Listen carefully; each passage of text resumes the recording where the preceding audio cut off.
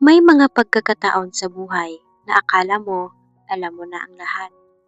Alam mo kung sino ang mahal mo. Alam mo kung ano ang gusto mo.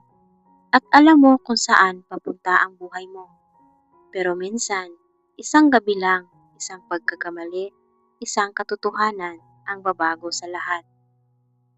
Ako si Mia at ito ang kwento kung paano ang best friend kong akala ko bakla ay naging asawa ko. Hindi ako yung tipo ng babae na komplikado. Simple lang ang pangarap ko, magkaroon ng maayos na buhay, isang lalaking mamahalin ako at isang pamilyang buo. Lumaki akong naniniwala sa forever, sa mga love story na kahit anong pagsubok, nagkakatuluyan pa rin. At akala ko, ako na yung susunod na magkakaroon ng ganoong kwento. Hanggang sa makilala ko si Kyle, hindi ko na maalala kung paano nagsimula. Basta isang araw, nandyan na lang siya. Maingay, makulit at walang filter. Girl, ang baduy ng outfit mo. Yan ang unang sinabi niya sa akin. At imbis na ma-offend ako, natawa ako. Doon nagsimula ang lahat. Unti-unti naging party siya ng araw-araw ko. Siya ang una kong tinatawagan kapag may problema. Siya ang kasama ko sa mga simpleng lakad. At siya rin ang unang nakakaalam ng mga sekreto ko. At dahil nga bakla siya, hindi ako kailanman natakot. Hindi ako naglagay ng boundaries. Hindi ako nagduda. Kasi para sa akin, safe siya. May mga bagay sa nakaraan na ngayon ko lang naiintindihan. Yung mga pagkakataon na bigla siyang tumatahimik kapag may kadate ako. Yung mga tingin niya na parang may gustong sabihin pero hindi niya masabi. Akala ko noon normal lang yun, pero hindi pala. Dumating si Brian sa buhay ko na parang bagyo. Confident, successful, at sanay makuha ang gusto niya. Hindi siya yung tipo na maghihintay. Gusto kita, diretso niyang sinabi sa akin. At sa totoo lang, na-impress ako. Hindi siya katulad ni Kyle. Si Brian, siguradong sigurado sa sarili niya. At siguro, yun ang hinahanap ko noon. Kasi ako, hindi. Nung sinagot ko si Brian, akala ko yun na ang tamang desisyon. Stable siya. May plano siya sa buhay at kaya niya akong bigyan ng future. Pero habang tumatagal, may napapansin ako. Kapag kasama ko siya, parang kailangan kong maging ibang tao. Mas maingat, mas tahimik, mas perfect. Pero kay Kyle, kahit anong itsura ko, kahit anong sabihin ko, tanggap niya ako. Isang gabi, tinanong ako ni Kyle, Maya, masaya ka ba talaga? Simple lang na tanong, pero hindi ko masagot. Kasi kung sasagutin ko ng totoo, baka magbago ang lahat.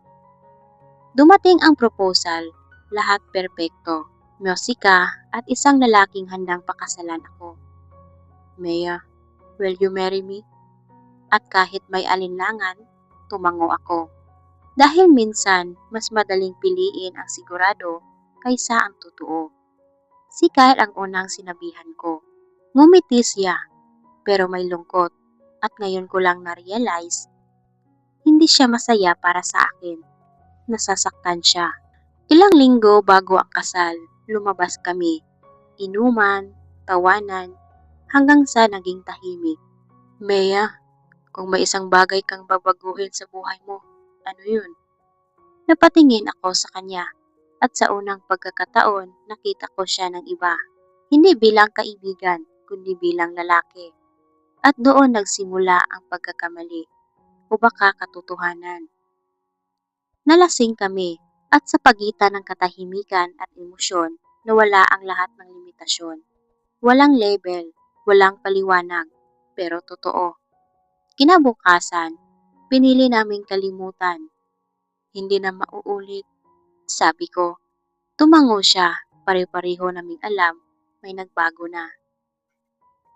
Hanggang sa dumating ang araw, nalaman kong buntis ako. At sa sandaling yon, wala nang takbuhan. Kyle, hindi ka ba talaga bakla? Matagal siyang tahimik hanggang sa sinabi niya, hindi. matagal na kitang mahal. At doon ko na-realize lahat ng hindi ko nakita noon. May fiancé ako, may kaibigan akong mahal ako, at may batang umaasa sa akin. Paano ka pipili kung pareho mong ayaw masaktan ang dalawang tao? Dumating ang kasal pero habang naglalakad ako, isa lang ang malinaw. Hindi si Brian ang mahal ko. Huminto ako at pinili ko ang hindi sigurado. Pinili ko ang totoo. Hinabol ko si Kyle at gaya ng dati, nandyan lang siya. Hindi niya ako pinilit, hindi niya ako hinabol, pero hindi rin niya ako iniwan. Hindi man madali, pinili namin ang isa't isa. Hindi perpekto, pero totoo. Ngayon, tuwing tinatawag ko siyang asawa ko, napapangiti ako. Kasi minsan, ang taong hindi mo inaasahan, siya pa ang para sa'yo. At ang lalaking tinawag kong my gay husband, siya pala ang tunay kong tahanan.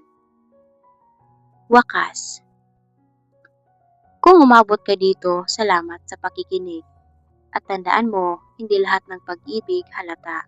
Minsan, nandyan lang, tahimik naghihintay.